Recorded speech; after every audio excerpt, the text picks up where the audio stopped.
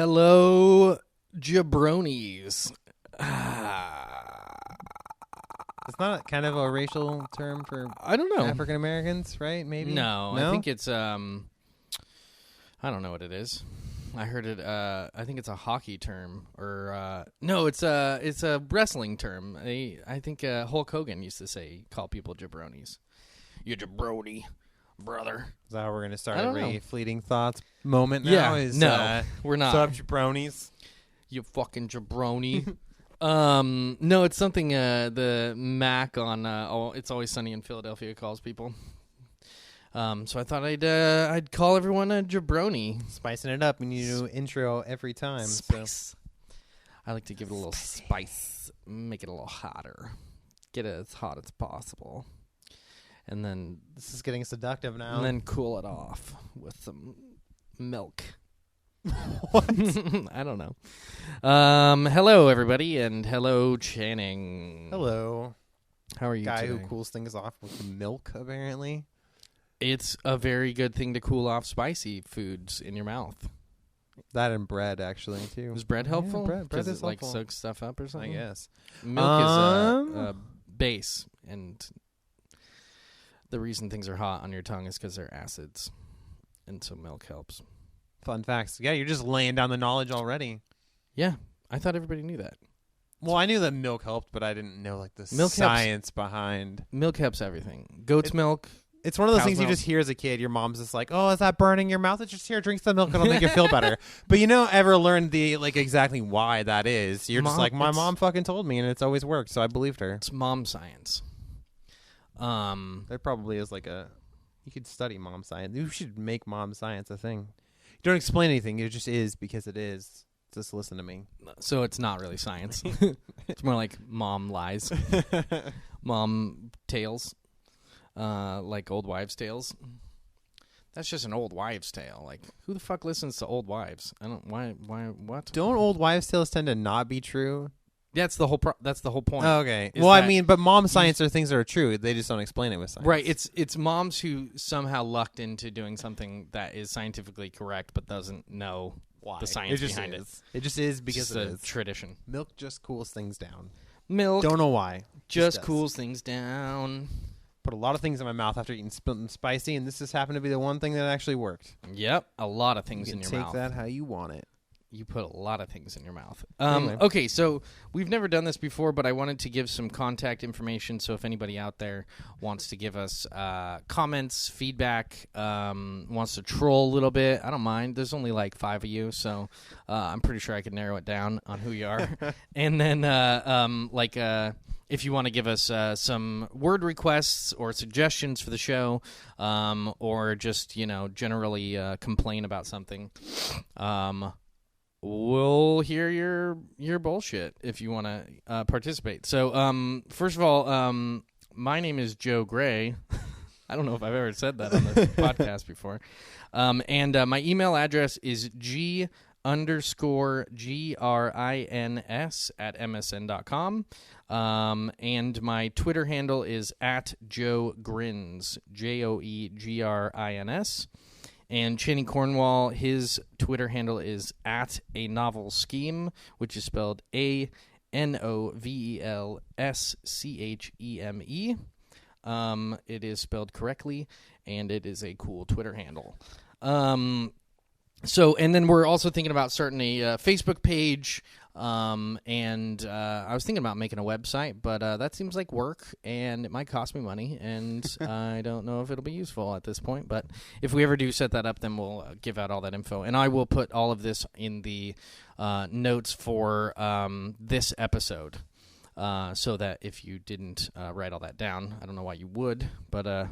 Somebody's fumbling in their car right now for a pen. Well, it's like, oh, fuck, what are you saying? Now I got to rewind it. I know. That's the worst thing about people giving out their contact info over audio form is you're just like, wait, what did you say? I didn't know I was going to pause. You didn't warn me. I don't know. I kind of might want to contact you. I don't know.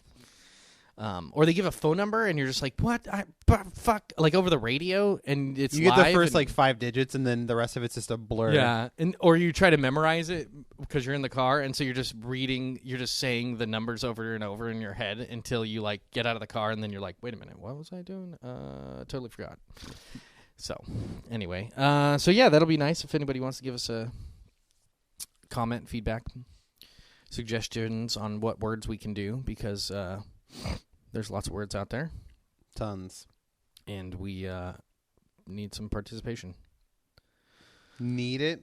We need it because we need to inject some community into our Lone Survivor podcast.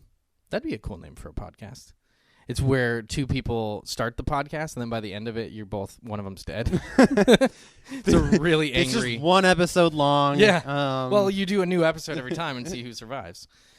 It's like in I was watching Rick and Morty, and it was the first episode, which is probably the best episode. The first one's really good. It's not the best one. They're all good, but the math teacher, Mr. Goldenfold. The names of that on that show are great. He says something like, some of you are going to learn, some of you are going to get dumber, and some of you won't make it till 3:00. And I was just like, oh shit, this place is brutal, and this guy is candid.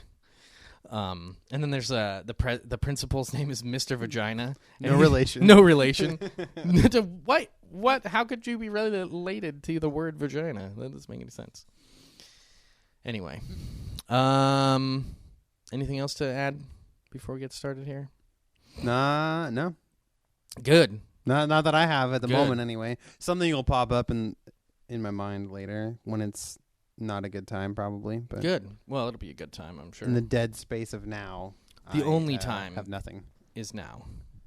I was watching a thing about self-knowledge on it was a TED Talk, and he was talking about how we have about a 3-second window, which is the present time, and that's literally where we live our lives, is in this like 3-second window of like, whether or not we're going to, make a decision, or if we're going to encapsulate it into long-term memory. And then we have, that's how we end up losing all of these moments. That's like a moment in time. And we end up losing a ton of these like 3-second window, moments in our lives because we don't remember them. We just don't encapsulate them into long-term memory at all. And they don't exist. In our future, we will not remember them at all. It's just an interesting concept of how we experience our lives, how we talk about our lives, how we think about our lives. But anyway, we'll get into more interesting psychology stuff later.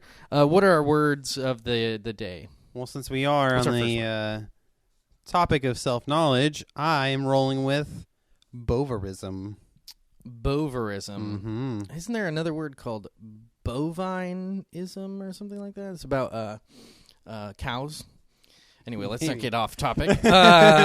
Bovarism. Please define it. Please. It's an exaggerated, especially glamorized estimate of oneself.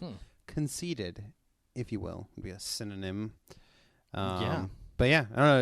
It's actually, I mean, obviously, most people have probably heard conceited, but I've never heard Bovarism No, I've never before. heard of it. Yeah, it's cool. Until recently when I was doing a little digging. That man seems to be displaying a high level of Bovarism. Fucking asshole. What a dick. What a fucking asshole guy.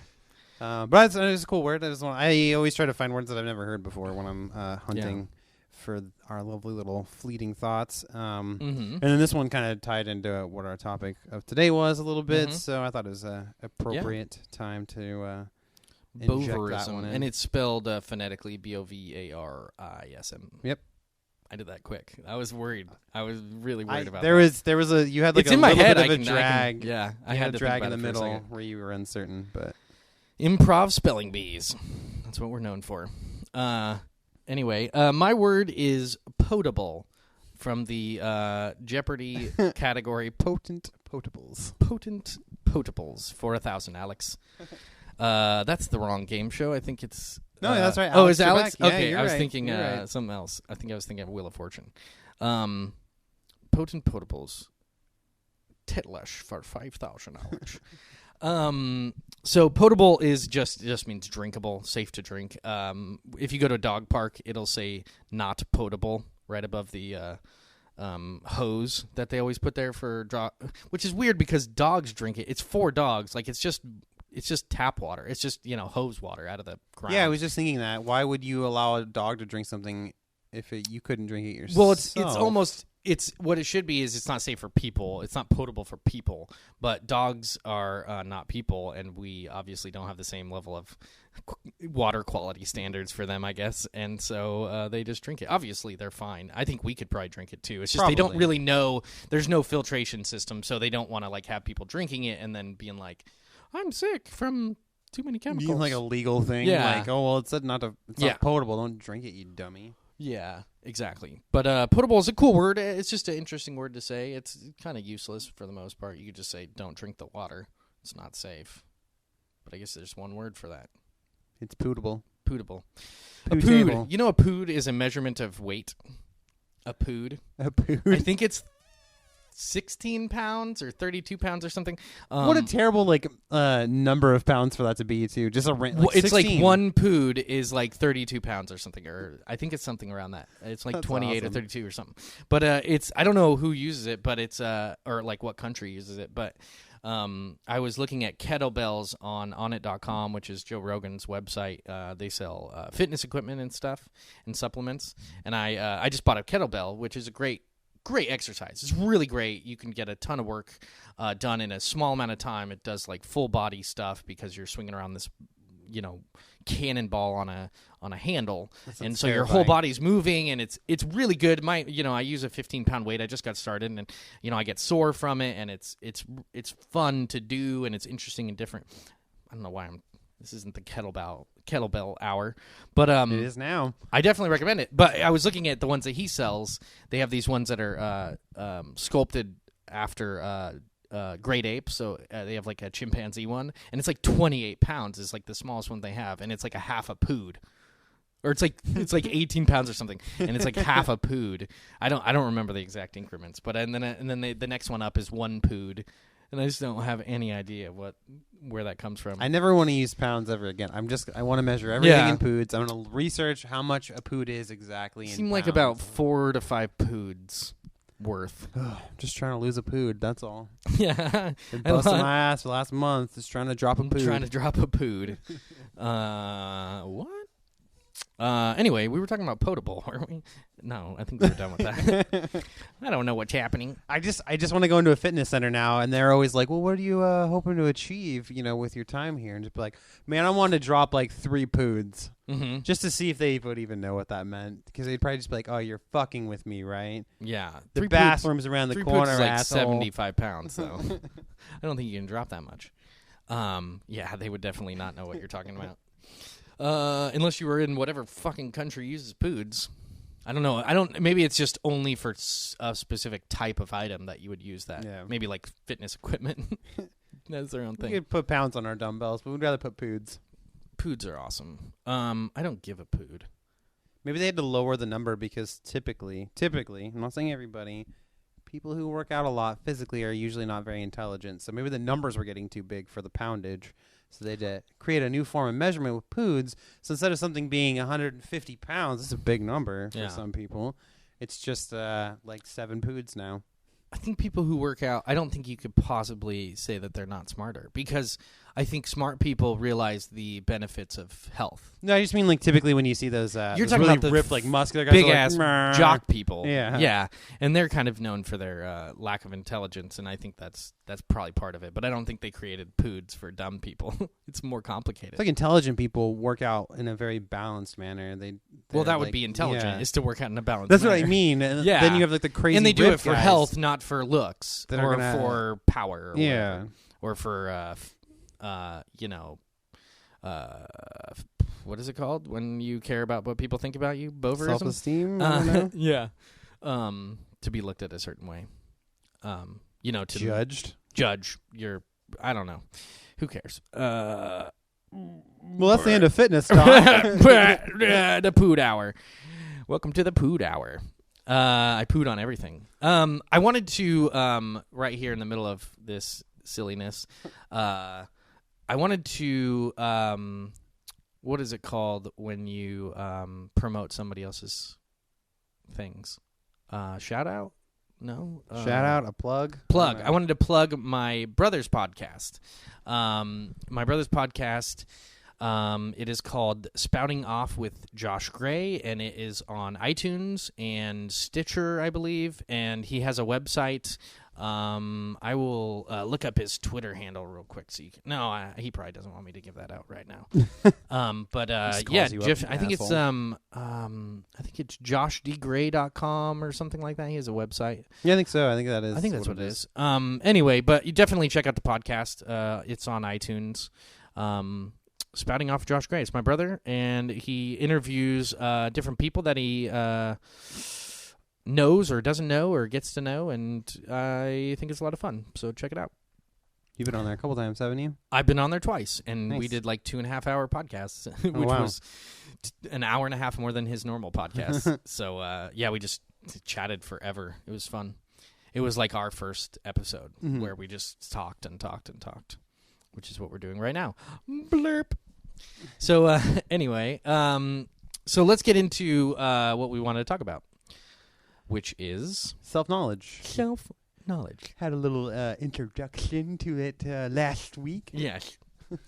Let's do the whole podcast with a lisp, make it hard to hit listen to. Let's take something serious and do it in a way that makes it less serious with a funny voice. And then try to find as many S words as you possibly can. Sally sat on a silly saw. I just had no. You try to think of something and it just doesn't come. Sometimes I think it's because you're breaking up your normal speech pattern with like thinking. You You're have to trying write to it think down. of an S word to just throw in, and then so you stupid. say incoherent things. Stupid, fucking silly bastards. Anyway, so yeah, self-knowledge is the pursuit of knowing yourself and who you are, what you do, how you do it, why you do it, when you do it. And who you do it with. Who you do it with. That's actually probably the most important one, because our relationships are hugely important and very influential, and when we get older, we get to choose who's in our relationships with us, who we choose to hang out with. Yeah. And a lot of people don't know that. A lot of people don't know that they actually get to choose who they get to hang out with. They think they have to, adhere to childhood and, high school, college things, like somebody's, they've just been my friend forever, but they're a douchebag and I don't like hanging out with them. Then stop hanging out with them. You don't have to. No, but I enjoy grinding my teeth when they're around. Yeah. I maybe listen to how you feel, and if you don't feel good, there might be a reason for it. But anyway, so what kind of self-knowledge do you have? What? What kind of self-knowledge? I don't know.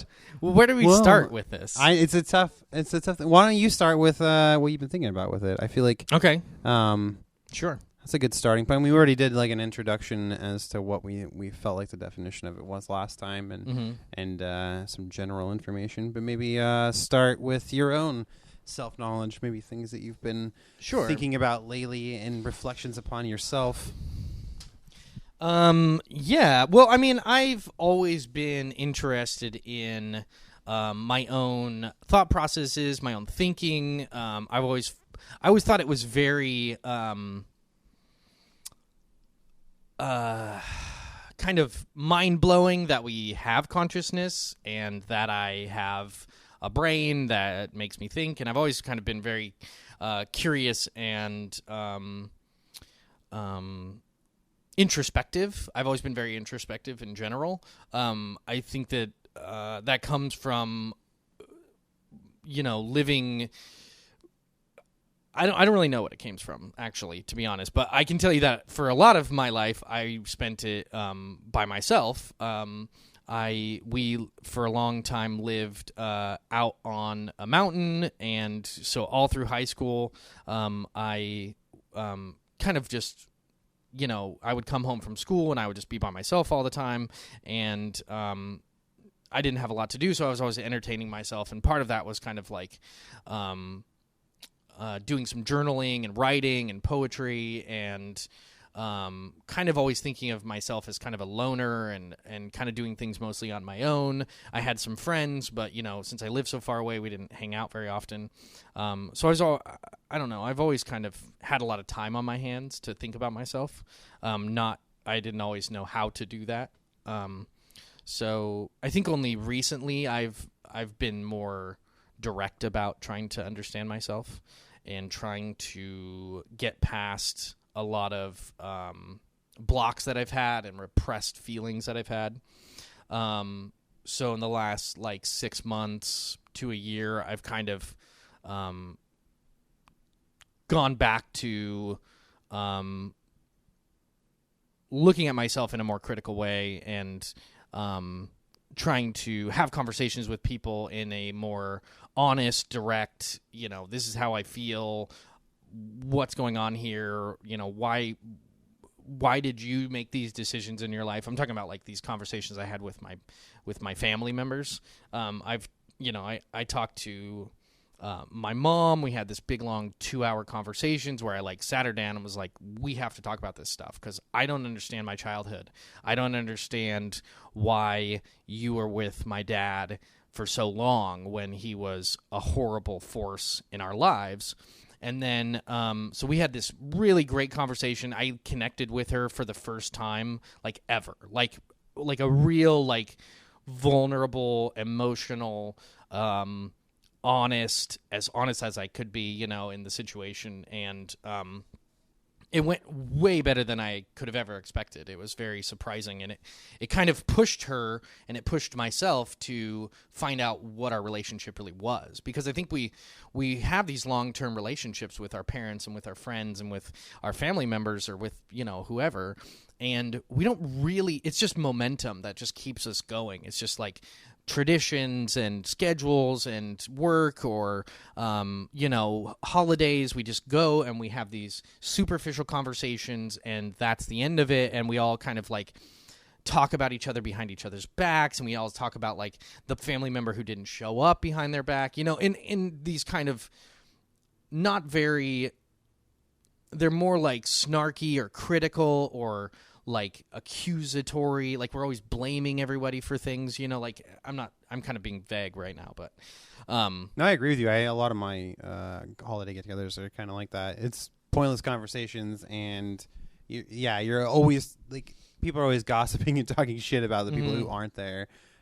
So no, I feel like that's probably a case for a lot of family get-togethers, not necessarily just your own.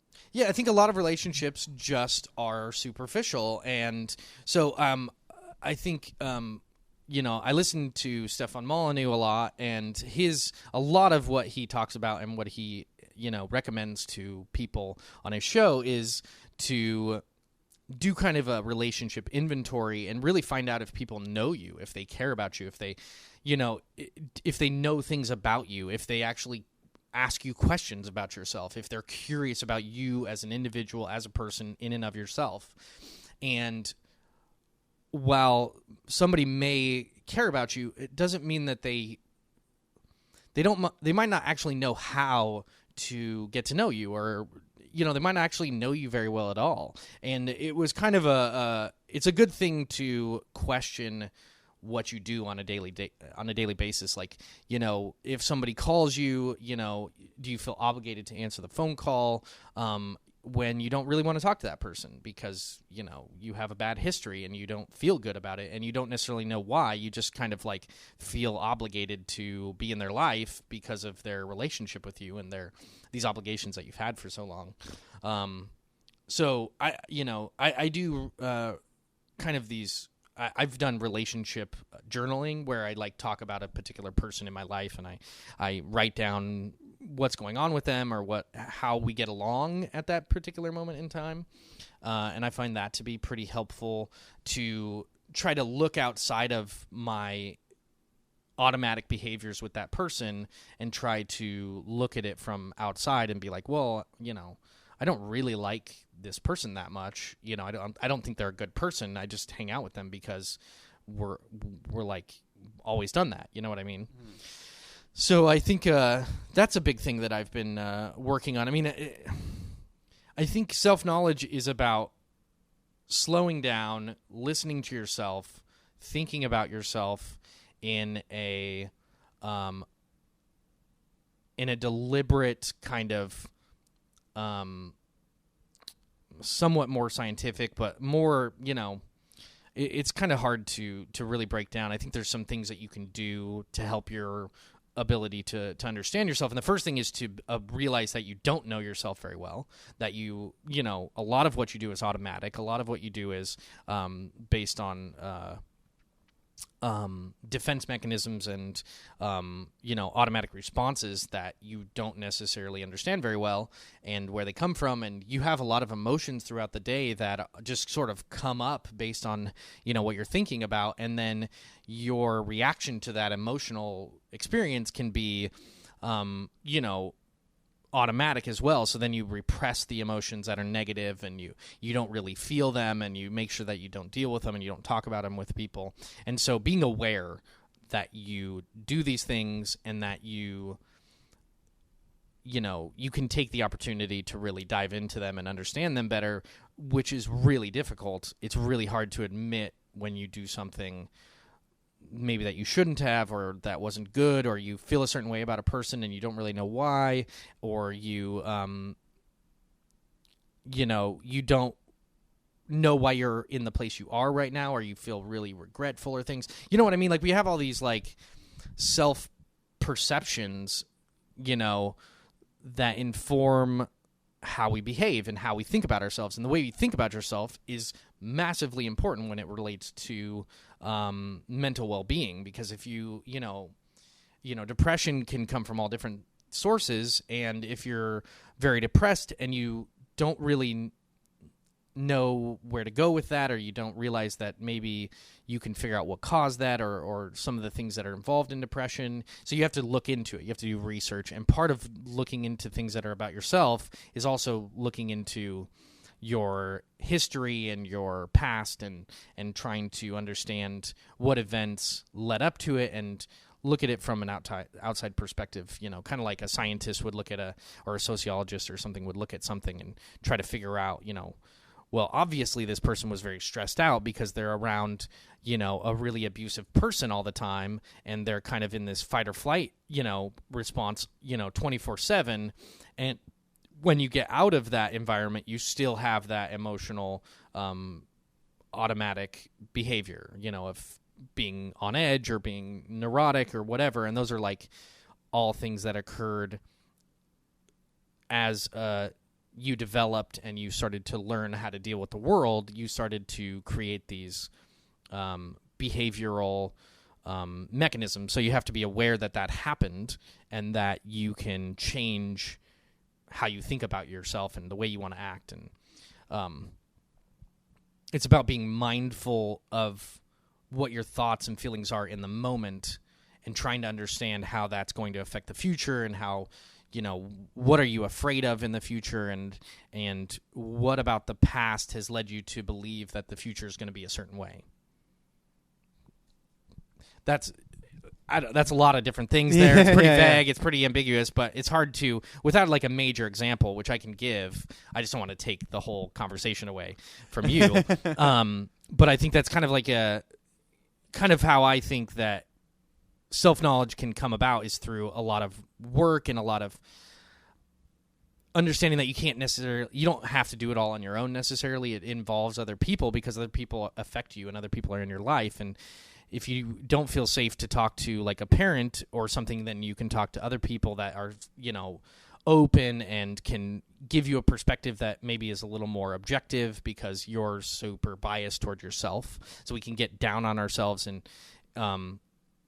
it's important to have sympathy and empathy for ourselves, because we're so caught up in our own heads all the time. You know what I mean? Like, it's, it's easy to blame yourself for all your problems, and some of them are totally your fault, but you have to kind of realize that you can change your behavior, and you can change as long as you work really hard. It's not easy, and I haven't even done that very much. Other than, certain things in my life, I'm pretty much the same person I have been. It's just I think I'm much more aware of who I am, at least inside my head. I can kind of be like, oh man, why did you do that? That was ridiculous. You always do that. Why do you keep doing that?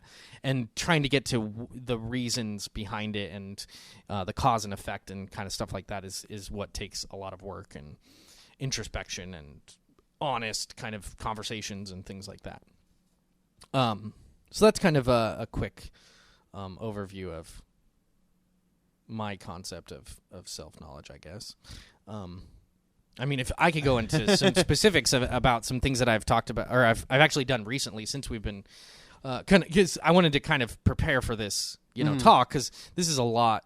This could go. We could just do a podcast on self-knowledge. We could just do. I feel like this will be a few episodes. I'm okay with that. I don't know what you want to do. I mean, to fully explore it, I feel like you almost need to do an episode on yourself entirely. And then like an episode on me, because there's a lot to. I mean, as a person, you've been around for X amount of years. You've been through a lot of things, and all these things shape and mold you constantly. Yeah, and change how you think about things, and so.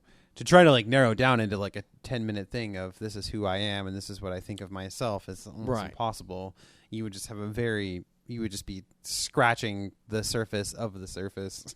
Right. And we don't need to turn the whole thing into a long diatribe of my personal experiences, but some of those experiences I think would be helpful to people to get an idea of what it's like to kind of be brutally honest with yourself in a way that is also compassionate toward yourself, which is something I try to do, is because I think a lot of times I'll have a negative emotion and then my first reaction is to degrade myself or to repress it, to be super self-attacky, to be like, oh, you're stupid, or you're weak, or you're a pussy, or you're oh, you shouldn't cry, or you shouldn't be sad, or, there's a lot of, and then you have to think in your head, you have to have another voice in your head that says, that's bullshit. Yeah. All those voices that are telling you to repress this stuff, all the stuff, those aren't you. You want to be open and honest with yourself. You want to feel these emotions. They're real, and they're coming up to you for a reason, and it's hard to take all that negativity that you've grown up with and that you've created in your head, or you've been inflicted with, with all this negativity, and just push past it and be like, fuck that. I'm going to have these negative emotions. I'm going to fucking feel them for the first time and actually allow myself to be open to what's really happening with my body and with my thoughts and with the world around me in a in a more honest way, I guess. Do you think that it's so you talk about it being as for me, it's like that I feel like I have conversations with myself in my mind with different versions of myself, but I feel like it's almost like a reflection of other people in your life, people who are really negative. I mean, I guess for you maybe that would be a reflection of your father, how he was always abusive and negative to you growing up. Do you when you're degrading yourself mentally, do you do it in the image of him, or do you imagine yourself? It's not another person, but I know now that it comes from another person. It's not me. That's what I mean. It's a reflection of you as a different person, but you still look like you, but it's not. It's like multiple personalities almost. It is. In a way. It is multiple personalities, because we're mirrors of our environment as we grow up. We just do as everyone else does, and we everything anyone, especially when you're very young, anything an adult says, you take as scripture. You take it as, this person knows everything about the world. This person is the world. This person, is informing me and wants me to know about the world, and so you believe everything they say. And you believe that that's how you need to know the world. And so morality and your self-concept gets formed via the interactions you have with the world. You don't just create your own, personality based on purely internal mechanisms. It's all from the environment interacting with you and the way that you feel and the way that your body creates chemicals and things like that. So I think that the negative voices in my head are my dad and are my brother when I was younger, because he tormented me, and his friends did. And then there were people at school, and I didn't get picked on a lot at school, but I definitely got picked on at school I was a much shorter kid than most kids. Kids just pick on each other. It's horrible. So I only had a very small group of friends, and we were all kind of we weren't nerdy. We weren't particularly into anything in particular, but we were, kind of loners, and so we were all kind of loners or whatever. And growing up in a really religious house can have a huge effect on your perception of the world and everything, and all this negativity comes from religious stuff too. So, but yeah, I think that the voices in our head are other people. I don't it's not me telling myself I can't do it. It's someone else. I figured out I have epiphanies a lot that are memories that I then connect with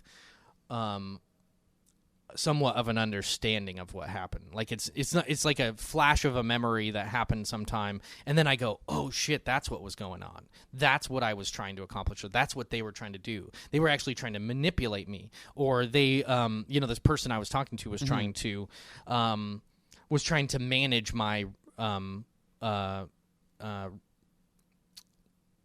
my reaction. They were trying to manage me, in a certain way. Or you have these epiphanies every once in a while. And I had an epiphany that I have a voice in my head, and it's the fuck it voice. It just says fuck it. Why? It's not. It's like this apathetic voice in my head, and it's the reason why it took me 30 years to. It's part of the reason. Obviously, there's a lot of other things, but that particular personality trait that exists in my brain is all of the you aren't good enough, you can't succeed enough, you're not smart enough, all these negative the opposite of empowerment. That's just a voice in my head. That's not. I don't believe that. I really don't, because I've accomplished things in my life, and it's been hard, and I've gotten through it, and I know that I can do things that are difficult, but I have a part of my head that says, fuck it. It's not worth the trouble, which is why sometimes I just sit on my couch and play a video game all day, or why I just say, for 30 years I didn't exercise, and I didn't eat very well, and I just did whatever the fuck I wanted. Part of that was because I had this thing in my head that said it didn't matter. It doesn't matter. It's who cares? Fuck it. You know what I mean? Mm-hmm. And so now that I know that, I've been really trying to be not fuck it. Don't just ignore these things that are important to you. Even just little things like doing chores around the house or whatever. It's important for me to be independent and to also be, to do adult things and to be responsible and things like that, things that I think are good qualities in a person. And being a sloth, being not an actual sloth animal, but you know what I mean, yeah. I mean, I'm really working on that. But you know what I mean, I don't want to be that person that just doesn't care, but there's part of me that doesn't care. So I have to kind of separate that out and be no, that's not really you. That's that's partly because when I was a kid, my dad didn't have a job, a consistent job for a long time. So my perception of what a man who is in a relationship does is they just sit on the couch all day and they spew rhetoric from a Bible and tell their kids to do things for them and yell and hit. And I have this he was just kind of to me, this is just my perception of him, how he thinks about himself is probably way different. But in my head, my dad was a lazy, violent, abusive person. And that's what for years and years, that was my perception of what a man is, and that's to get out of that, to be like, that's not what a man is, or that's not the man I want to be. It's fucking difficult because I don't have another model. I don't have another, that was my model for adulthood, for manhood. And, so I've like literally my whole life has just been, don't be like your dad. Like that's like my mantra, but I am exactly like him. I still have that like I want to be lazy sometimes. I kind of want things to be done for me like he did. So I have to like really push myself to like understand that that's not what has to be the way that it is. Like I could have easily been just like my dad. And I look just like my dad. So one of the reasons why I have a beard all the time, one is to hide my fat face because I was overweight for a long time. Mm-hmm. And the other one was that my dad never had a beard. He always had a mustache or nothing. And I was always like, I don't want to look like him at all. So I've always had a beard so that I had my own face. So I didn't look exactly like him in the mirror. And I don't know exactly, what that, where I was going with that, or why I've done that. And I just think that that's one of the main reasons why I've done that. Every time I shave my beard all the way off, I look just like my dad. Yeah. And it's not that he's not genetics. Good looking or anything. Like it's hard to see, like whether or not,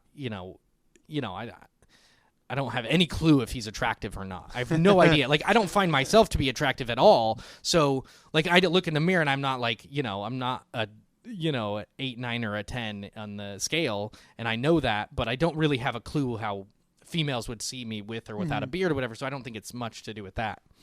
So there's little things that, like, I've learned. Another thing I've learned about myself is that I like to sing and I like to hum and I like to when I'm in a good mood, I will probably be singing and humming, and you know that because you're around me all the time. Yeah. And I don't care what other people think about that. It's literally an automatic response. I just do that. I think it's pleasant. I think people in the world should sing and hum and make music all the time when it's, not annoying to other people. And I'm okay if somebody thinks I'm annoying, I will stop, or I'll try, I don't.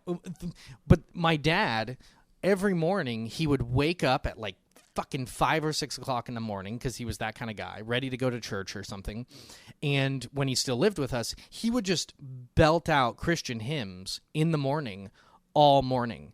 And it was it was the most annoying thing in the world, because it was very selfish. It was just like he just wanted to like exclaim to the world his happiness and his love of God, but at the expense of everyone in the house who was trying to sleep, or who was like asking him like, hey, you've sung this song over and over for a while now. Can you just, this annoying? Like, so it's like I do that. I sing, I make a lot of noise like in that realm, and to me it's very pleasant, because it was always semi-pleasant. It was one of the only times he was happy and being pleasant, and so it's kind of like this weird thing that I do, and then I realized most people don't do that. Most people don't.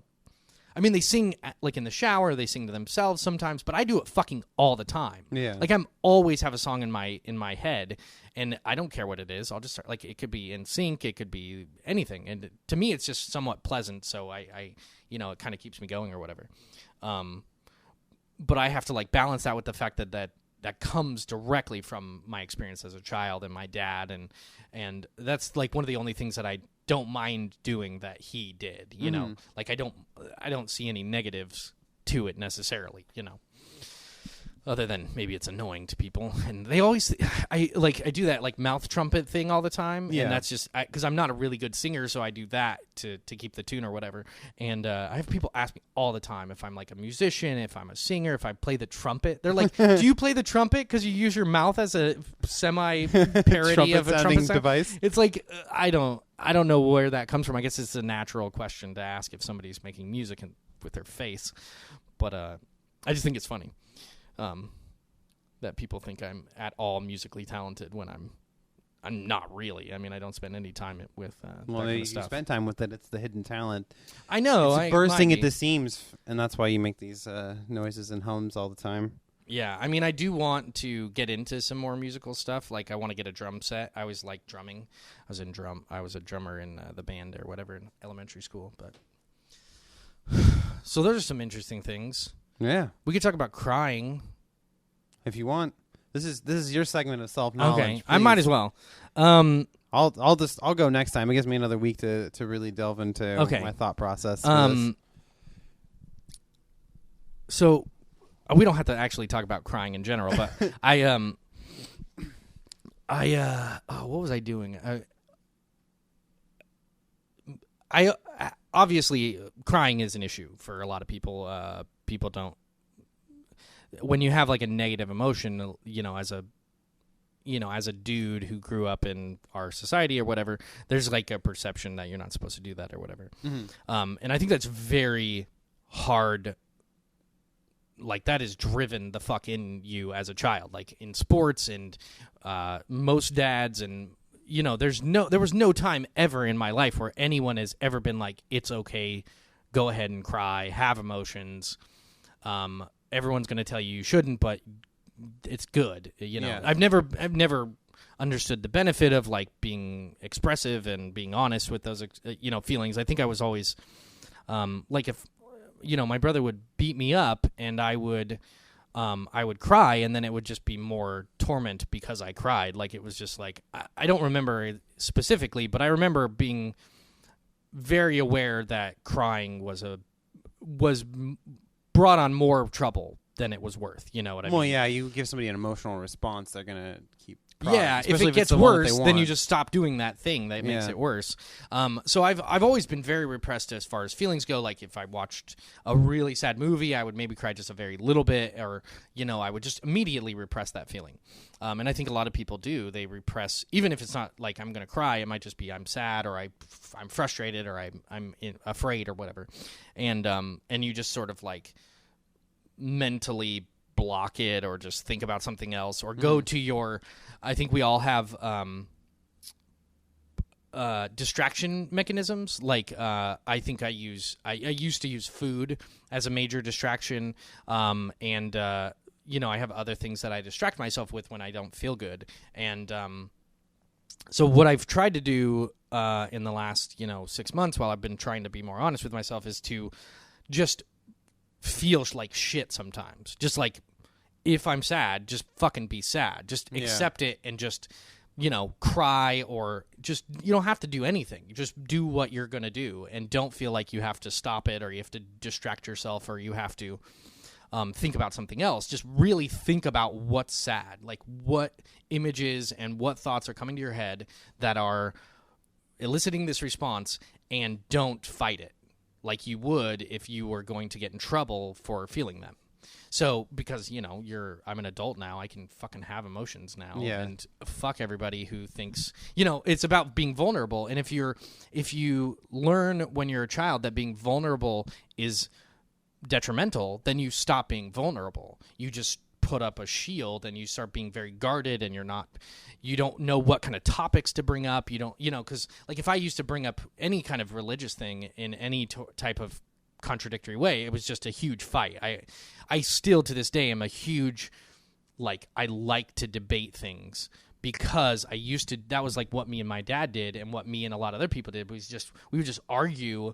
And I didn't have, like, when I was younger, I didn't have a stake in that. Like, I didn't actually have a voice in the argument. I just like would have them in my head when I would argue with my dad, and sometimes it would come out, and it would be this horrible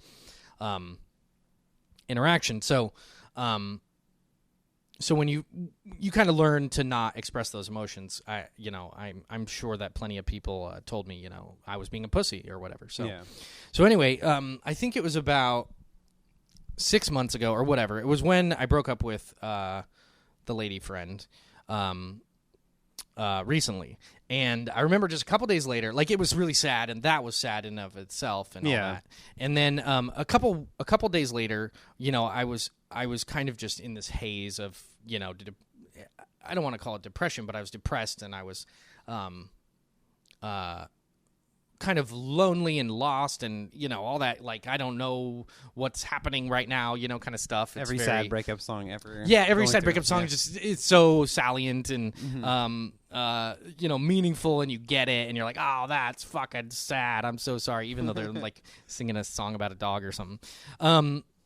But so anyway, I broke down and just cried, and it was the first time in years, like maybe 20 years, I don't even know, that I like just allowed myself to just weep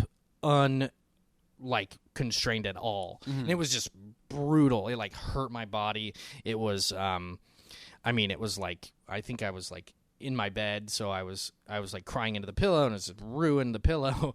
And you know what I mean? It was just one of those like you watch movies and they have these moments and stuff, and it was like that. It was just when you're actually feeling it. But what's interesting is that what I was thinking about wasn't my ex-girlfriend. It wasn't her at all. And that's not because I wasn't missing her or because I didn't, wasn't confused about the situation or whatever. It was that I was thinking about myself as about a 10 or 11-year-old at my home where we used to live, and I used to think about I was thinking about myself playing in the backyard, and it was just this image of a really young, innocent boy by himself, and I was just like, I just felt really bad for myself. It was like, not like in a like I suck kind of a way, but like in this is the life that I'm living. I'm like, that happened. I was alone for just tons of my childhood, just like left by myself, and like no one talked to me, nobody played with me. Like my parents didn't play with me very much. My brother had his own thing going on and hated me for years, and my sister was too young for most of my childhood to like, and she was a girl, I didn't relate to her. We didn't like, no one like tried to get us to like know each other. Like no, there was no amount of like open, honest conversations. There was no connection to anyone. Like, I love you, you love me. Let's just like talk about each other for a while. Like, I want to know about you. There was none of that, like in all my life. So I was just really sad for myself. I was like crying. It was like a gateway to allow me to express the feelings that I'd been repressing for the last 10, 20 years.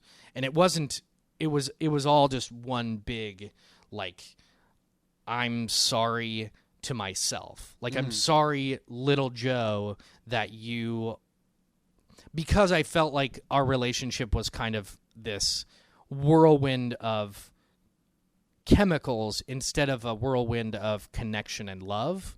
It was a whirlwind of loneliness and bonding, like my relationship with the girlfriend I just broke up with. So it was like, how do I get into these situations where like I have these relationships and they seem really awesome for a while, but they're not right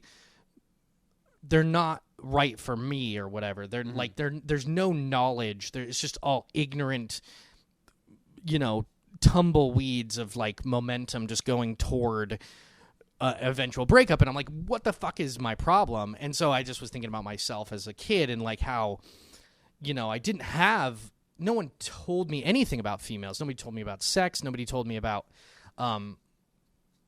life, like in a real way. Yeah. It was all just religious rhetoric and dogma and like the world is evil. I grew up with that for so many years, and then I grew out of that, or I learned out of that in an intellectual way, but never in an emotional way. I like never understood the consequences that life leads in your ability to have relationships and your ability to relate to people and to be honest. And I've spent a lot of my time trying to manage my abusive family, to try to manage my, reactions and trying to like, so that's why you repress things. You can't be honest. And so being honest with yourself for the first time, as far as being allowing yourself to be sympathetic to your younger self, or, allowing yourself to be sad and to just feel that for the moment and not just do what you usually do, which is to push it away. It was just a really big moment for me that I did that. And then since then, I just cry. Like, I wept after The Lone Survivor, and it was just really sad. And I cried. I was like watching, I think it was a commercial, and I just started crying. And it's like, now I feel like it's a good thing. Like, I'm not going to go another 10 years or 20 years where I feel bad about myself, where I just, oh, you're a piece of shit, why are you sad? Like, it's fucking sad. Like, I have empathy for things. I just was repressing that empathy for so long that now that I'm allowing myself to be empathetic toward people, it's super sad when you see sad shit to other people. Like, even if it's just fake on a movie or on a TV show or whatever, like, you can put yourself in their position, and it's allowed me to kind of at least recognize that I have the capability to be open and vulnerable to people. And the problem is that I'm super distrusting, and most people don't care about you. So why I'm not going to be vulnerable and like honest with people who are not going to be vulnerable and honest back to me. Yeah. So I mean, I don't want to be. So it's hard to have this kind of like, I want to be open, honest, and have real connections and listen to people more. And that's all stuff that I'm kind of, trying to get better at, especially the listening part. That's really hard to do. I think this podcast has opened me up to hearing and hearing myself have a conversation has been really useful in understanding how a conversation works and stuff like that. So, but yeah, I wrote in my just a quick journal entry about that, how I was. It was like my chest had been, because it comes from your diaphragm when you cry really deeply. Yeah, it's just that's why you like make a lot of sounds and stuff. It's like very it's in your chest and in your diaphragm and all that. So it felt like I was trying to describe it, when I was writing about it today or yesterday or whatever I wrote about it a couple days. Time is relevant. I'm kind of a motor mouth right now, but I wrote that it was like my chest had been ripped open and black doves had been released. And the black doves were just all these negative, repressed emotions. And it just felt like it was just really, I think they used the word catharsis or cathartic. It was like, I think that's a term for like a strong release of emotional whatever, repression or something. And it just like, it hurt super bad, like, in every way you could think of, like, that kind of thing hurting. And but afterward, because it was so freeing, it felt like I was free of something. Maybe, and that wasn't the end of it, obviously. I'm still really, really trying to be emotionally aware and to not repress things. But that's hard because we live in a world where we're kind of forced to repress our real true thoughts all the time in public. So, at work, I'm like, I get frustrated and I get angry, or I think somebody's really stupid, and I can't just be like honest, and I can't have these really like open connections with people. And I like to, have as much as I can, in real life, but you just kind of like have to put on this fake fucking, how are you? Oh, I'm fine. Oh, how are you? Oh, and it's all just a bunch of fucking bullshit so that we can go about and not really feel and not really connect with people. And that's why, like, you can't connect with people when you aren't connected to yourself and who you are, and really, like, not allow yourself to just forget things and to repress things or whatever, if that makes any sense.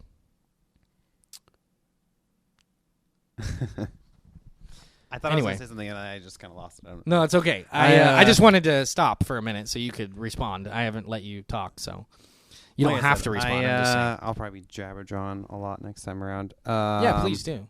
No, I'm actually going to make a lot of notes this week. I started making some notes a few days ago. Hence, I wanted you to go first because I didn't feel quite prepared enough. Yeah, that's with fine. My own self-evaluation to discuss. Well, whatever you want to talk about. This is an ongoing kind of thing, and I just wanted to give some examples of things that I've been thinking about. So, because that's like the result of thinking about myself in a way that is an attempt to be honest. I feel very inadequate in my ability to learn about myself because I've never gone to therapy, so I haven't ever had anybody to bounce off ideas with. So I'm really just doing it all on my own, and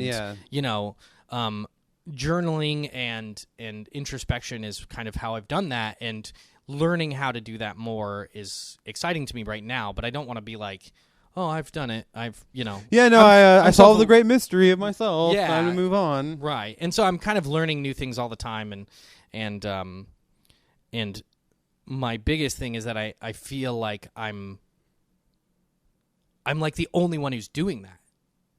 Like, I feel like I'm the only one in my world, not in the world, but you know what I mean? Like, like around me, like no one else is like talking about this kind of stuff. Nobody else is like trying to be like, everyone just kind of like has their automatic responses to everything. And it just feels like robots everywhere. Just everyone's just a fucking robot. And I feel really disconnected from the world. I feel really disconnected from humans that I don't know very well, because like, I don't want to be vulnerable with them because I don't know them, and they don't want to be vulnerable with me because they don't know me. And so it feels just like a world of pointless interactions that are, I don't know, like they just seem fake a lot of the time. That's how I feel that makes sense. At work all the time. I feel like everybody that I'm helping, it's just this charade that I've put on to get them what they need and send them on their way. I have no emotional connection. I feel like I just turn my emotions off entirely. I'm just like, what can I do for you? Like, let me just get what you want. I'll try to add some other things on, whatever. It's my job, and then I'll just move on to the next person. You almost, like, in a way, you almost don't even see them as people at a certain point. They're almost like cattle. They're just herding into your place of business, and then you're helping them with whatever they need so that you can herd them right out to get the next person in. Sure.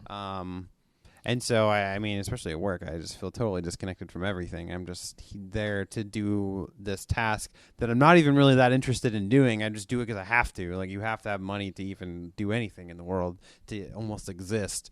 So, yeah. No, I understand as far as feeling disconnected from a lot of things. Mm-hmm. And then, and in your day-to-day interactions with people, it's just because society wants you to be that everybody should be happy and out. Enjoying life, and God forbid we make someone else a little uncomfortable with our real emotions. Yeah. That's the thing, is we're doing it so that the other person feels okay. We're managing other people by being dishonest, by being, because it's like I don't mind people get so emotional, but they react in like really negative ways sometimes, that it's like you kind of don't know where you're going to end up in a conversation with somebody that you don't know very well or whatever. Or even if you know them really well, you've never talked about a certain thing, and then all of a sudden they're like aggro. They're just fucking aggressive, and they don't listen anymore, like, because you bring up a real topic, like something important, like family or relationships or politics or religion or something, and you just want to talk about it because we all just have opinions, and we all have, maybe I have some facts that are interesting, or maybe you do, like, but if somebody gets uber, aggressive about it, then it just ruins the whole experience. And it makes it so you feel even more weary of bringing up important things to other people. So it's like we have to have these in groups of people we trust that we can have open conversations with, in which a lot of times they only feel more free and open because they're a little bit more free and open, but they really aren't that free and open. Like, you talk a little bit more deep about your family or something, but, to really, like, make someone uncomfortable with your experiences and have them actually care and not just put it about them, not just be like, oh, well, when I was a kid, this is what happened to me. To have them actually go, oh, wow, how did that happen? Or how do you feel about that? Or do you talk to them anymore? Like, they don't ask you something about yourself. They just ask you they just relate it to themselves so that they can twist the conversation to their own issues. Kind of goes back to our discussion about how almost every act that you ever do is in selfishness. Sure. Whether you're even helping somebody, you're really helping them to make yourself feel better. Yeah. Yeah, and our ability to manage other people's reactions is a massive amount of our, behavioral automatic responses, is to, like, we're predicting how they're going to respond, and then we act in a way that manipulates that response, and sometimes we don't predict it correctly, but we're always doing that kind of shit. Mm-hmm. Whereas if you just kind of, that's why when people that you meet just sort of say things that seem really candid, and they just do it aloofly, like they don't mind that they're saying it, we call them weirdos, but they're just being themselves. Yeah. We just don't like that. We just get uncomfortable when people do things we can't predict. And so, or when they bring up something that seems a little dark or something, and then we're like, oh, shit. Like, I don't know, like, people bringing up cancer or something, and then, I don't know, every once in a while, like, I was talking to some guy about the law. It was at work. You were there, and I was talking to him. I think you were just kind of roaming around, and I was talking to him, and he was talking about how he wishes it was like the old days when you could just slap a woman he was talking about justifying slapping a woman who wouldn't stop talking about a certain subject, and the dude was like, you better stop talking about her. And I was like, well, why didn't he could just leave? He had a choice. Yeah. I don't understand what you're talking about. You're saying that it's okay to slap somebody that does something you don't like. It was just talking. And it was just like this guy just like kind of opened up and was honest with me. But then I was like, I better not be honest with this guy because for one, I'm at work. And for two, my opinion is very different. And I don't think this guy isn't going to listen to me. He's not going to be like, oh, no, you're totally right. The non-aggression principle makes sense. We should never slap anybody. He was talking about how two dudes who get into a fight, they both end up going to jail or something. And it's like, well, for one, that's not necessarily true. If two dudes get into kind of a fisticuffs or something where they just kind of both are at fault, then a lot of times they'll both go to like the drunk tank or something, but they don't like get charged with anything or whatever. But assault is a fucking problem. It's not okay for people to just beat the shit out of each other, especially if one person was just misunderstood or misheard or is way undermatched to fight the other person, and it was just kind of like this conversation that was it was good in that we were both we were talking about something interesting like the law and how it's very restrictive and stuff like that, but I couldn't it would have been a too long of a conversation to have right there in the middle of the place. So it can get awkward being honest with people or whatever, especially if you're not comfortable and you feel intimidated or anyway, off on a tangent there.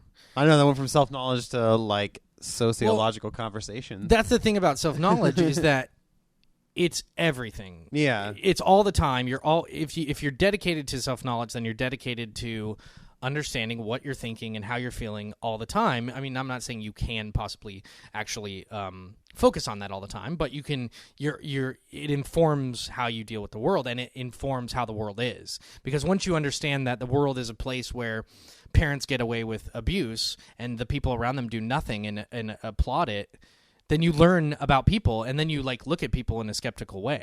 You're like, oh, you're probably a parent who's totally fine with beating their children. And beating, any hitting to me is abusive and violent and completely unnecessary and illogical. Yeah. Once you get to the age where we're kind of like the same height and weight, we don't get to just hit each other and hurt each other. So why do you think as a parent that's going to be helpful to hit your child? I think it's fucking retarded. I think it's really dumb, and it's so without any forethought. Yeah. To hit other people. It's just easier. That's why. it's easier, obviously, because it's not doing anything good. It's destroying is always easier. It's always easier to just be like smash than to be like, I'm going to build this up. And I'm going to take the work and the research to figure out what nails to use, what wood to use, do some geometry. I'm talking about building a house or something, as a metaphor. I thought you were building like a Pinocchio doll. Building maybe I'm building my own wooden boy. You don't need to know why. You know what I mean? Like, it's always easier to just... Yeah. And then you do that because the model for you when you were a kid was that you hit little kids. Yep. The adults don't hit each other unless they do hit each other, and then you grow up being the person who hits everybody, who hits anything. You know what I mean? And it's terrible that we have these bad models, and then you learn that those are still in the world today. There's still little kids and little boys who are neglected and abused and who are being taught horrible things, about the world and about morality, and it just makes you kind of like scared, like, or skeptical of the world, and I'm much more sympathetic toward children now that I've been honest about how my childhood was, and by talking to my parents about, now that I'm an adult, I can have these conversations with my parents and just call them on their shit and just be like, you did this, like, why did you do that? Well, you had the information was there. You could have been a better parent, and what are you going to do now to fucking have me be in your life? Because you want me in your life because you made me, but you add very little to my life. I'm talking about my dad, just so you know. I don't care if anybody has a problem with that. I don't have a lot of affection for him, and that's not my fault. Reasons, like, it's not my fault. Doubt why you feel the way you do. Yeah. Well, people have an issue with people not just respecting and being. No, I had that same problem with my dad. Like, I never wanted to talk to him, and everybody was always like, "Oh, you really should call your dad. You really need to talk to your dad. He's your dad." And I'm just like, "Yeah, I don't owe him. I don't care. Yeah. I don't owe him anything. I had no choice to be born to that person. He owed me he created me out of his own free will. He owed me a good childhood." I had this discussion with somebody the other day where I think it was somebody that one of our coworkers, and they were talking about how their parents were like, "Oh, I'm withholding your child support that I'm getting right now as payment for all the things that I bought you growing up." I'm like, that's bullshit. You don't owe your parents anything ever.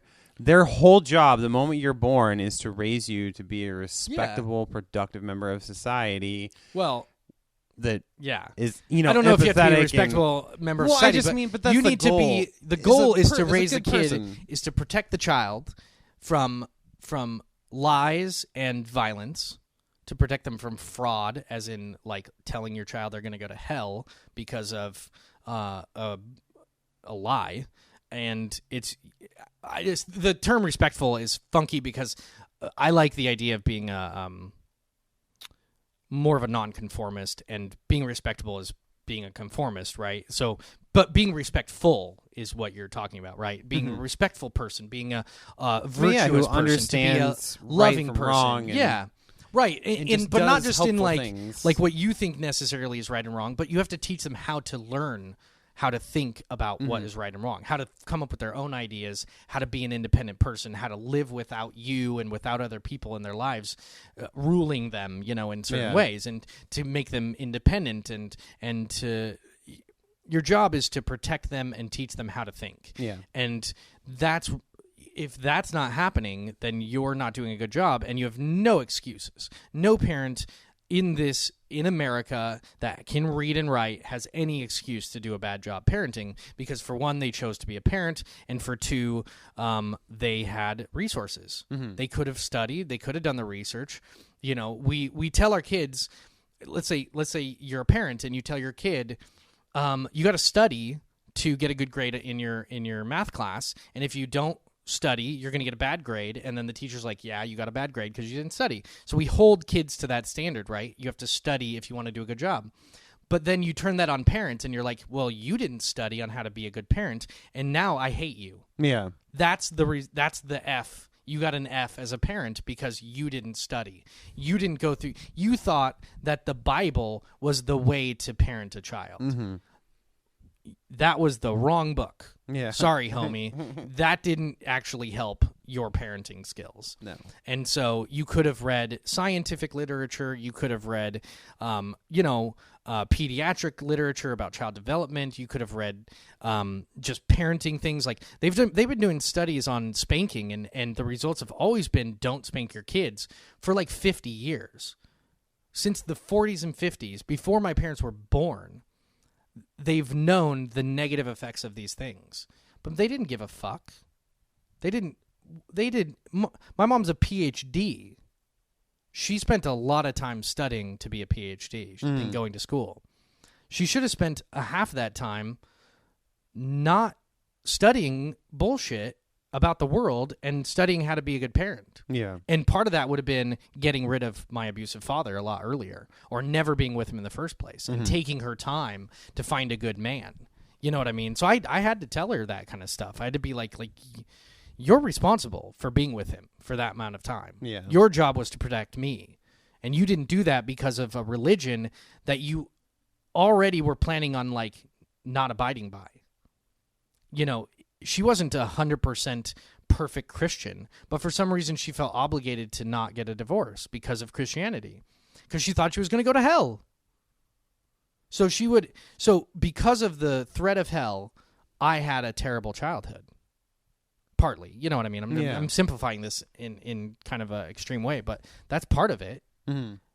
That's fucking unbelievable. Yeah. And I would say it's unforgivable, but I talked about it with her, and it was very good, and she was very apologetic, and I learned a lot about her history that, like, now I know her a lot better, and it makes me more sympathetic toward her situation, but it doesn't change the fact that that was my childhood. Yeah.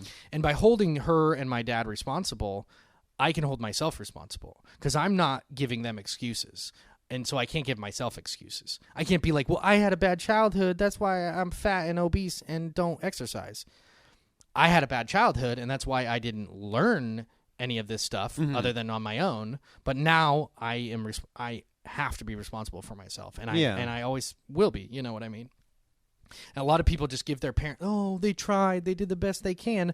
Then you're just going to use that as an excuse. That's your model of the world, is everyone tries, they do the best they can, but that's bullshit. They didn't try and do the best they can. They had the information and chose not to use it, or at least not to seek it out or whatever. You know what I mean? It's like, it's about being realistic about their responsibility toward us as I think children. you have to break that mold of them being, like how you were saying earlier, that they're like, everything they tell you is the scripture for the world that is your world and your existence, and so you build them up to be not like God, I guess, but like an overlord of your world. Yeah. And so you paint them in this like holy light, and then when you're older and you're really thinking about the things that they did, you're just like, it shatters your whole conception of your whole childhood, and you really are like in the case of your mother and father, like, she was an abusive relationship, and there was no reason for that. Like, she stayed because she wanted to, or felt like she needed to. Yeah. But in your mind, when you're growing up, you're just like, oh, she had no choice, and it wasn't that bad, and da-da-da. But then you think about it, and you're just like, that was a fucking terrible situation. Yeah. And that affected me on very many levels. Oh, like, yeah. I mean, these are the same things I've been thinking about. Like I said, I started doing some notes the other day, and I just like started at the beginning as far back as I could remember, and I've just moved up from there, and like sifting through all of that. And I have a lot of that, like things that I remember being way better, and then when I think about them in a logical sense, I'm like, that was not good at all. It was terrible. Yeah. But yeah. It's hard to break the spell of what is it called when you start to respect your captor? I'm not saying that parents are in effect the prison guards of childhood. You know, it doesn't have to be like a prison, but they are in control. They are completely in control, and it's their responsibility to do what they can to, you know, help the person grow so that they don't feel like they have to be controlled all the time, you know, to give them enough information to do things on their own, and to feel supported and respected in and of themselves, and to feel valuable in and of themselves. And parents who don't do that consciously, I mean, it's just, they create these children who will do anything for them. Like, I mean, kids go into the military because their dad did, even though their dad abused them, and you know what I mean? Like, I was just thinking about that specifically earlier, but like, you know, like, they go visit them, they take care of them when they're dying, and they actually do not love their parents.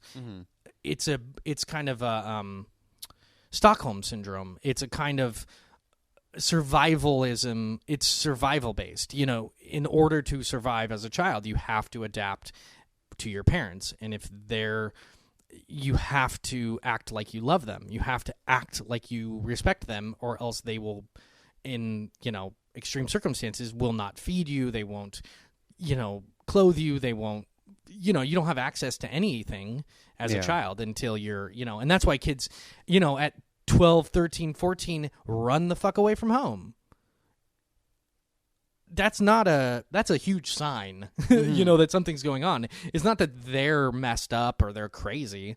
It's that it's better to be in the unknown wilderness of the world than to be in their household, and I think it's very sad that, so many people live with these circumstances and nobody does anything and nobody even knows that there's a problem.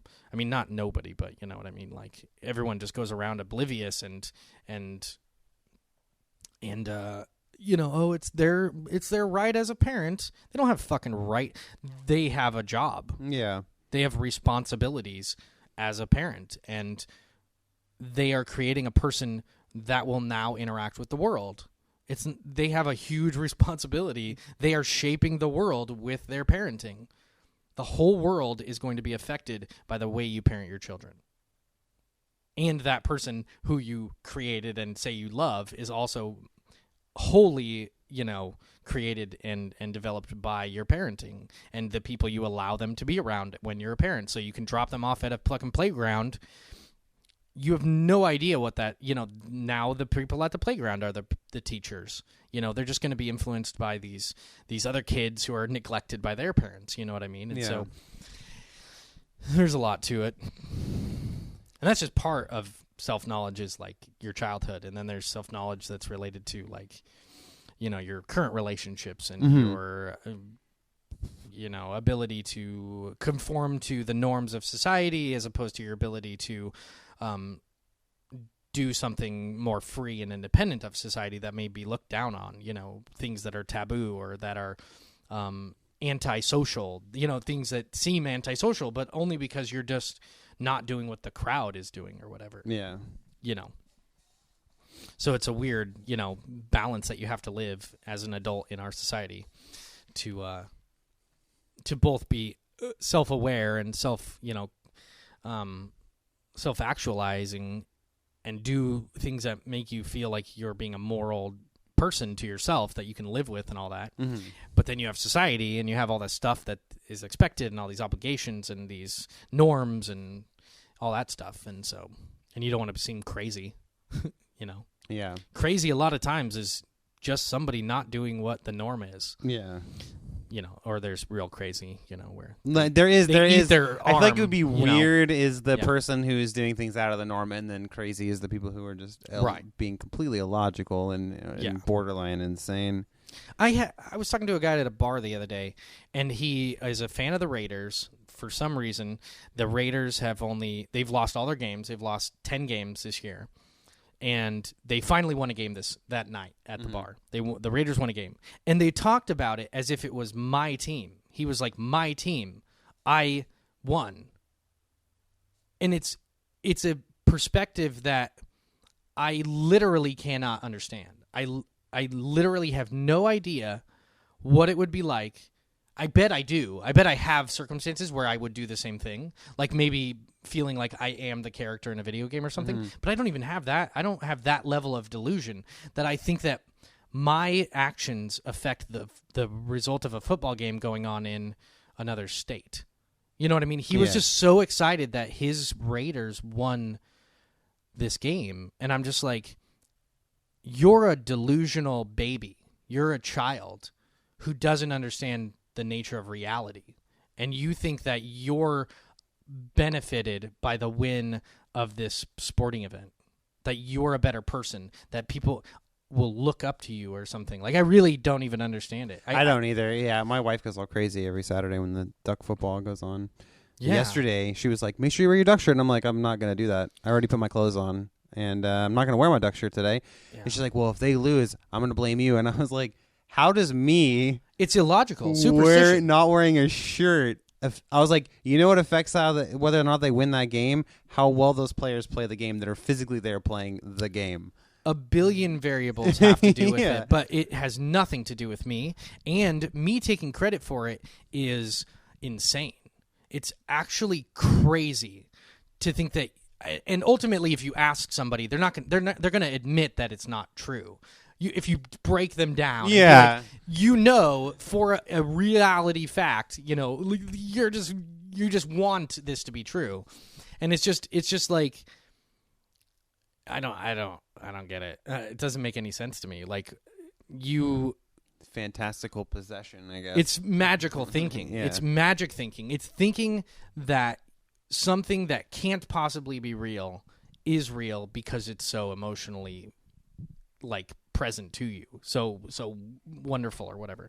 But it's just maddening, really. It's I just want to like do something. Like, I just want to be like, dude, you're crazy. Yeah. And then you try to, like, you say anything disparaging to that concept, and they're just like, they think you're ruining their world. You are shattering their world, their delusional, thing. And I'm not saying I'm not delusional about things. I'm sure that I am. Everybody is. You have to be but it's not, it can't point. be, that's so apparently crazy. Like, yeah. I don't accept it. I'm not just going to go with it. I'm not just going to be like, you're right. You way to wear that shirt because that mattered. Anyway. Some guy saw an image of him wearing that shirt and it inspired him to play football that much better. I think it's an attempt to gain importance through other people's behavior because you aren't doing something important in your own life. Yeah, through other people's accomplishments. Like, oh, that guy was a great ball player and made it onto a professional team, and now this whole team exists. And, well, now that's my team because I didn't fucking do any of that. So yeah, and it happens to be like the team that is in your town or something. Like, everyone loves the Ducks. Like, most of the people around here love the Ducks because they're from Eugene or they're from Oregon. That's so arbitrary. You're just arbitrarily, like, picking this because of its proximity to you. Just like religion, you're arbitrarily picking. You're in this religion because it was thrust upon you as a child because of where you were born. Yeah, it's not logical. There's no thinking involved. It's just you're just going with whatever was thrust upon you as a youngster or whatever. It's a youngster. Yeah, these youngsters these days. These days, just a product of your culture and your upbringing. Yeah. And most people are. Most people are they're just automatic responses to stimulus, and they're not thinking about it. They're not trying to understand it in any way. Like they just feel like out of control. I get why so many people think determinism is the case, why they think it's just fate, why it's destiny, why it's karma, why it's, you know what I mean? Because they have no idea that they're the ones doing it. Yeah, it's all cause and effect decisions you make. Yeah, that they have the ability to go back into their mind and think about themselves in different ways, and to be I don't know. I don't even know how that can happen in some people, but hopefully more people can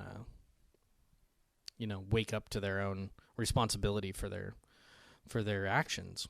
I think people are just always going. That's what I mean. They're like just momentum. going and going and going, and they don't think. They don't stop. They just get up and they just go, and then the day's over and they go to bed and they just do it over again. Yeah. But I feel like there's a lot of people out there who do really just think about things. They just don't. Obviously, there are. They just don't make it. They don't vocalize. They just aren't in politics or in major powers or positions of social power or whatever. Yeah. I mean, you have gurus and stuff like that, which are interesting, and therapists and intellectuals, but those are on TV and in the media, and you have to seek those out. You don't, ignorant people aren't seeking out things that challenge their beliefs. Mm-hmm. So it's kind of like you have to kind of get rid of you have to be able to criticize and kind of get rid of your ego in a way that is disturbing to your ego. You know what I mean? Like, you have to disturb your ego and find out who you really are which is really difficult, but you know what I mean? Like, you have this ego. We're ego-driven, momentum, seeking, pattern-seeking, animals. It's just easier as well. It's just easier just to, this is the way things are, and this is the way this is, and that's that. Yeah, I mean, there's even studies on where once a person has a belief, contrary facts, actual evidence that is contrary to the belief, actually reinforces their belief that they currently have. So they literally are adverse to new information.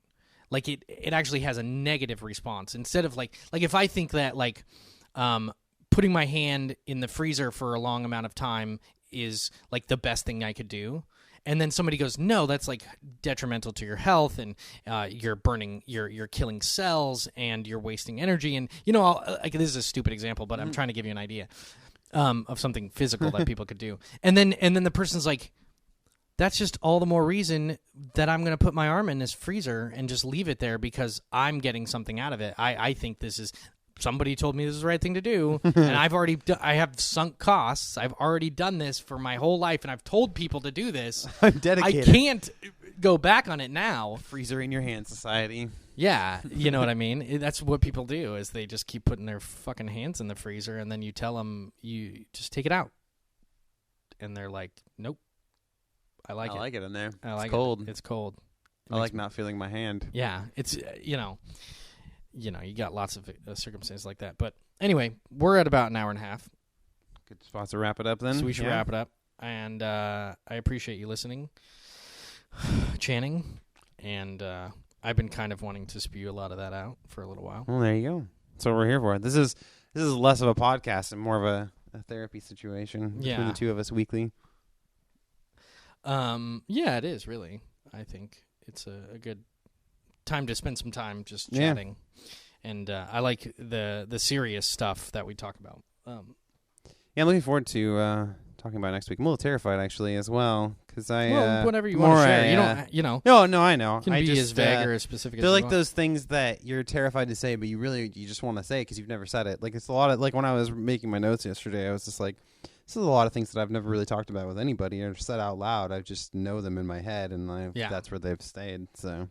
Yeah, for sure. And that's where a lot of the fear comes in, is like, I don't know if I should tell anybody this kind of stuff. But I think the truth is always better than fiction, when it comes to being honest with yourself and everything. And, it's harder. It's harder to be, to be honest about that kind of stuff and to express yourself when you weren't taught that you could. Yeah. Or you feel fear of it or whatever.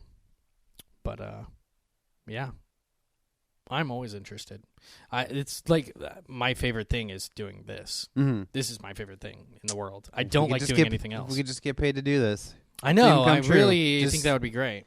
Sit and chat. But anyway. Explore. That's why I thought being more personal would be better. Mm-hmm. Because I think that's what people relate to and connect with, So please connect with this. Please. And if you want to give us money, please do. Or sponsor us or whatever. But anyway, yeah, that's good. That's good for now. We had a real short one last time, so this will be a good change. Offset. And then we'll have another one in a week, and we can talk about more stuff. And you can... Yeah. You can... we'll change spots and... let me spew forth about myself. You can lay on the couch and... I'll ask you how you feel. So, anyway, thanks for listening, everybody, and have a fleeting thoughts evening. Yes. Jace.